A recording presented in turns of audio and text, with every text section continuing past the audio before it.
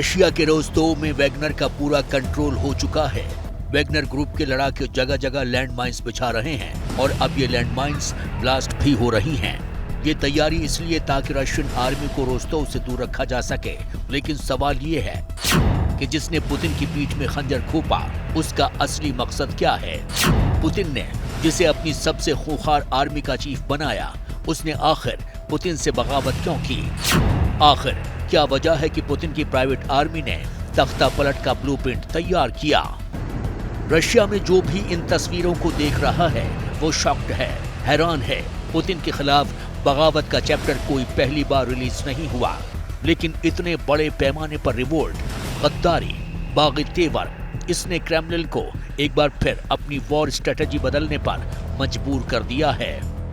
ठीक 16 महीने पहले 24 फरवरी 2022 को रूस ने यूक्रेन के खिलाफ स्पेशल मिलिट्री ऑपरेशन शुरू किया था, लेकिन पुतिन की लाख कोशिशों के बावजूद कीव अब तक मॉस्को की पहुंच से दूर है।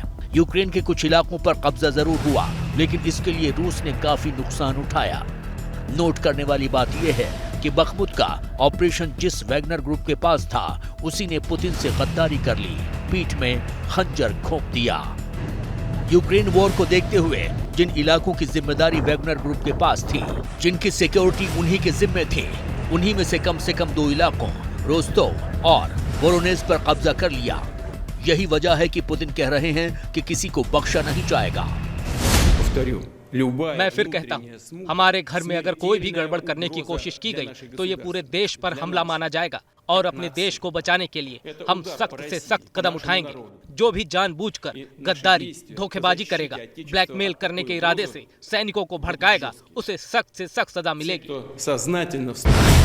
यहाँ समझने वाली बात यह है कि पुतिन की पीठ पीछे इतनी बड़ी साजिश चलती रही, लेकिन क्रेमलिन को इसका पता क्यों नहीं लगा?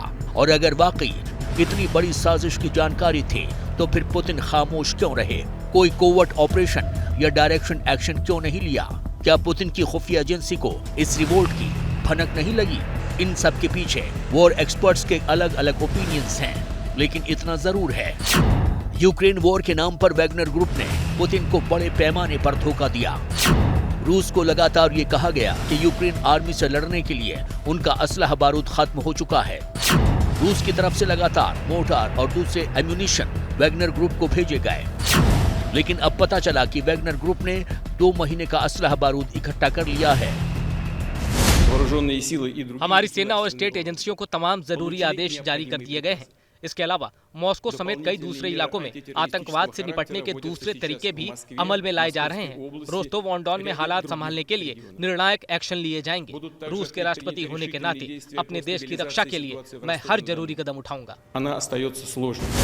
कई मीडिया रिपोर्ट में इस बात का भी जिक्र किया गया है कि जब पुतिन को अपने टॉप सोर्सेस से वैगनर ग्रुप की गद्दारी के बारे में पता चला तो क्रेमलिन की तरफ से प्रिगोजिन से समझौता करने की कोशिश भी की गई। वेस्टर्स रिपोर्टर्स के मुताबिक प्रिगोजिन की नजर रक्षा मंत्री सर्गेई शोइगु की कुर्सी पर थी। प्रिगोजिन का कहना था कि यूक्रेन मिशन का फेलियर शोइगु के कारण हुआ था और पुतिन से ये बातें छुपाई गई थी।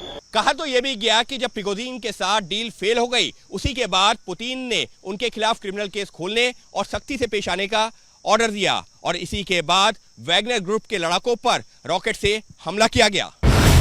असल में पुतिन की चिंता की वजह एक और है। प्रिगोजिन के वैगनर लड़ाकों ने जिस south military district Rostov on Don पर कब्जा किया है, असल में वहां रशिया के टैक्टिकल न्यूक्लियर वेपन मौजूद हैं। एक पूरा का पूरा आर्मी बेस मौजूद है जिसमें न्यूक्लियर वॉरफेयर से लैस कई एसेट्स मौजूद हैं। रोस्तोव ऑन डॉन में इस कदर मिसाइल सिस्टम है जिसमें मिसाइल लॉन्चर पर एटम बम फिट किया जा सकता है। इसी के चलते क्रेमलिन का कमांड सेंटर एक्टिव है। कई डेवलपमेंट्स बताए जा रहे हैं। कहा जा रहा है कि मॉस्को में एंटी माइन सिस्टम तैनात किए जा रहे हैं। कोई दुश्मन मॉस्को की तरफ न पहुंचे, इसके लिए मॉस्को के ब्रिज पर भी बारूद बांध दिए गए हैं। कहा तो ये भी जा रहा है कि पुतिन मॉस्को से निकलकर सेंट पीटर्सबर्ग पहुंच गए हैं और वहीं से सारे ऑपरेशन को मॉनिटर कर रहे हैं। इसका मतलब तो ये है कि वैगनर और रूसी लड़ाकों के बीच किसी भी वक्त फुल स्केल वॉर शुरू हो सकती है।